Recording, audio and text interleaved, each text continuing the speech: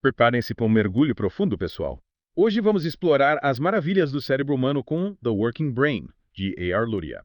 Esse livro, gente, é um clássico da neuropsicologia. É verdade. Luria era um gênio, um visionário. Ele desvendou muitos mistérios de como nosso cérebro funciona. E o que eu acho mais incrível é que ele não se limitou a observar pacientes com lesões cerebrais.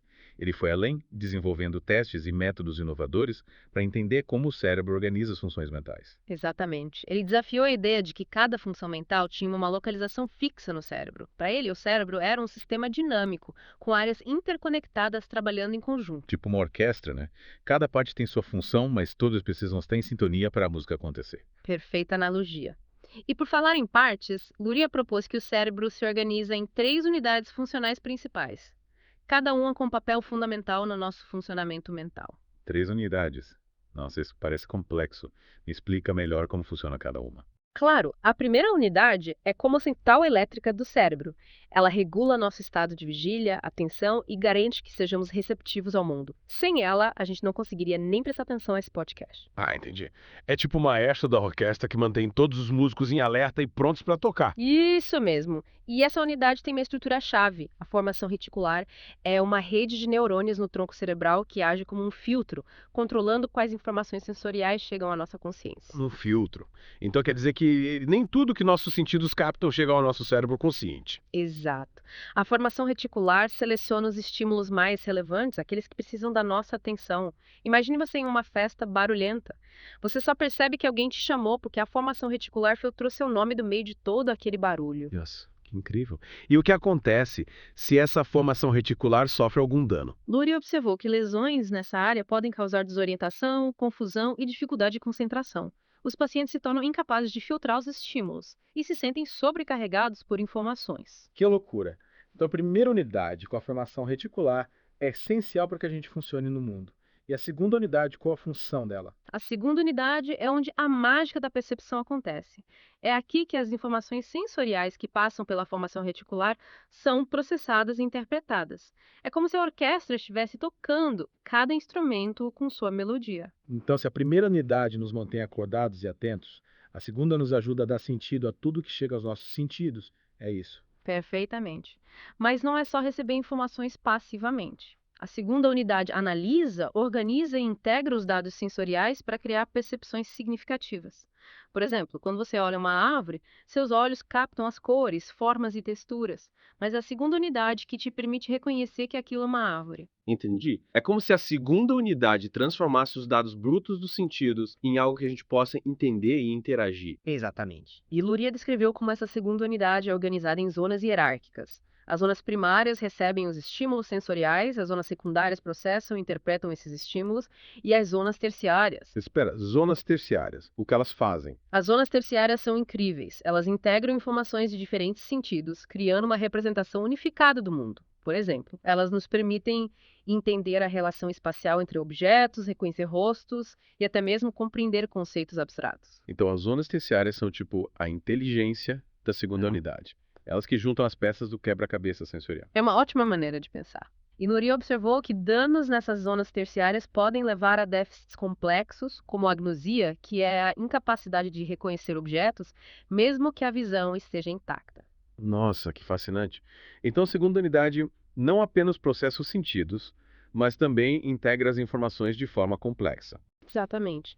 E tem mais um detalhe importante sobre a segunda unidade, a lateralização. Lateralização, o que seria isso? É a especialização dos hemisférios cerebrais. O hemisfério esquerdo geralmente é dominante para a linguagem lógica, enquanto o direito é mais voltado para o processamento espacial, criatividade e emoções. Ah, entendi. Então não é só sobre qual unidade está ativa, mas também sobre qual lado do cérebro está liderando a ação. Isso adiciona uma camada de complexidade incrível à nossa orquestra cerebral. Sem dúvida. E essa lateralização não é absoluta, varia de pessoa para pessoa.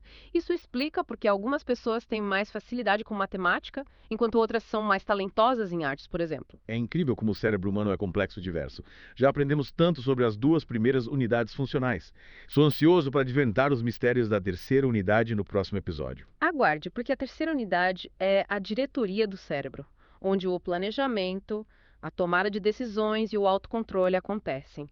É lá que mora a nossa força de vontade. Promete ser fascinante. Até a próxima. De volta ao nosso mergulho no The Working Brain.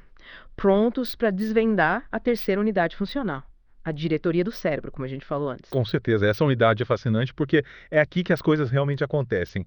É onde nossos planos se formam, as decisões são tomadas e o autocontrole entra em ação. É mesmo. Então é essa parte que me impede de comer um pote inteiro de sorvete de uma vez. Tipo, é a minha força de vontade em ação. Exatamente. É a terceira unidade que nos ajuda a resistir aos impulsos e agir de acordo com nossos objetivos a longo prazo.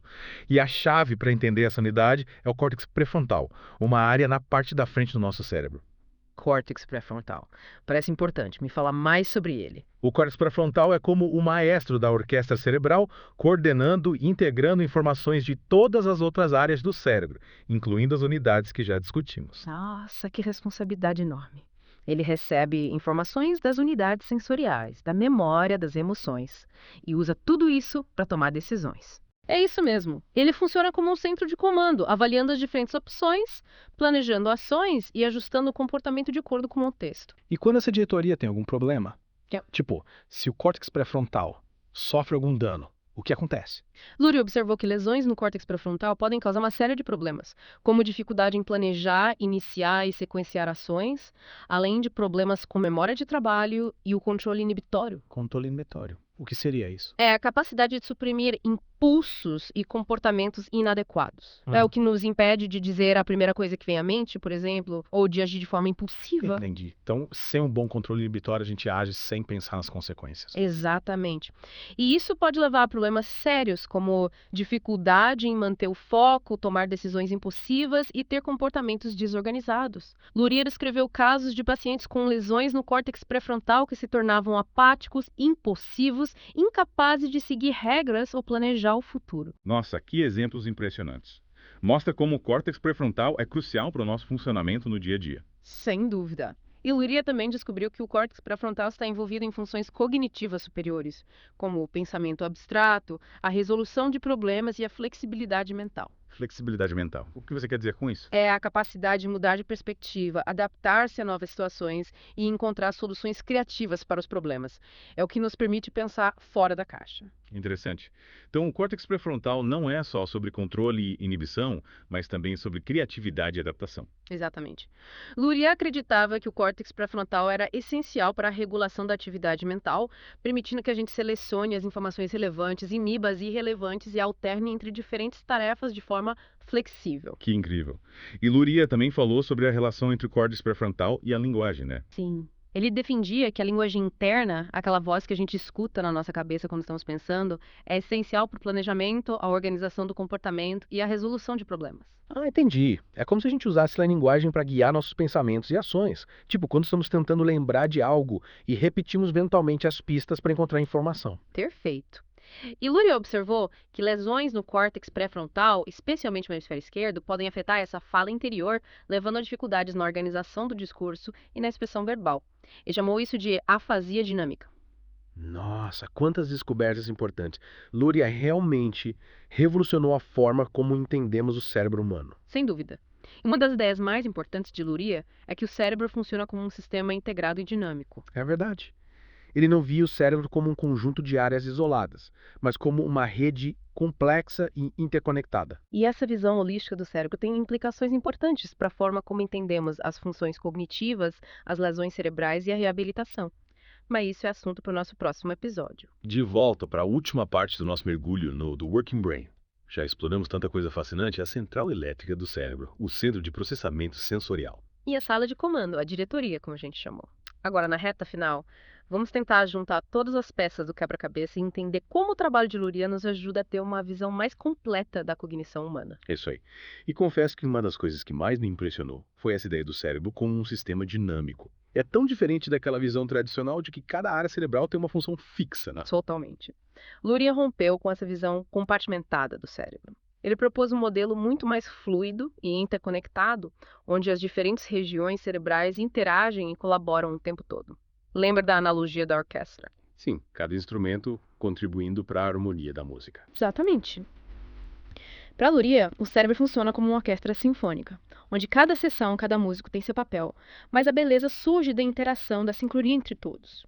E ele usou o termo sistemas funcionais para descrever essas redes dinâmicas de regiões cerebrais. Sistemas funcionais. Então, em vez de pensar em áreas isoladas, a gente precisa entender como elas trabalham juntas para realizar uma função. Tipo, quando a gente aprende a andar de bicicleta, várias áreas do cérebro estão envolvidas, né? Perfeito, no começo é um esforço enorme, você precisa pensar em cada movimento. Mas com a prática, essa rede neural se torna mais eficiente e automática. E é isso que Luria queria dizer com sistemas funcionais. Redes de áreas cerebrais que se organizam dinamicamente para realizar uma tarefa. E essa ideia de sistemas funcionais também muda a forma como a gente entende as lesões cerebrais, né? Quer dizer que um dano em uma área não significa necessariamente a perda total de uma função. Exatamente, porque outras áreas podem compensar, assumir parte da função perdida.